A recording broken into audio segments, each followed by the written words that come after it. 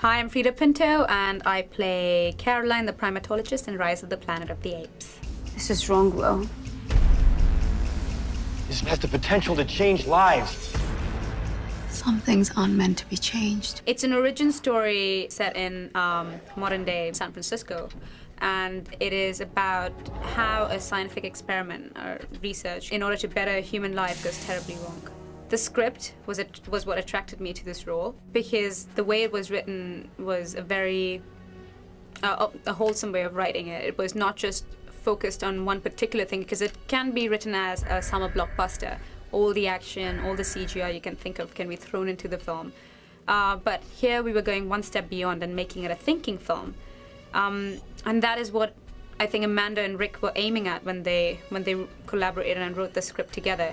They were rebooting Planet of the Apes, but were setting it in a situation that is very relevant for today. Home. You taught him to sign? Just a handful of things. I had to do a lot of research for this role. I did read a lot about chimpanzee behavior and how similar they are to human behavior, and it startled me at times to just think about how very similar we are. They are our closest cousins, and we sometimes tend to ignore that and forget about it, which is why they're also used in research, considering they share 98% of our DNA, but that 2% is still the missing link. And then, of course, there was Jane Goodall, who has contributed so much to the research in, chimpanzees and ape behavior and apes in general, and, kind of finding them a better home to live in. And so all of these videos and documentaries really helped me enrich my research.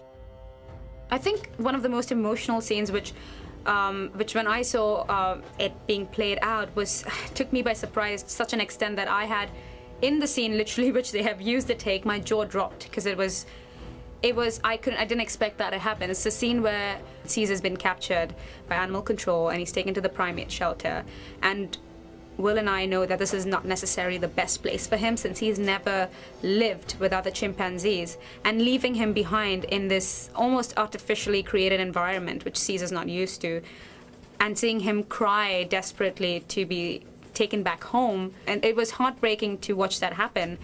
And I remember Andy, through that glass window, was screaming his lungs out, but as a chimpanzee, not as Andy.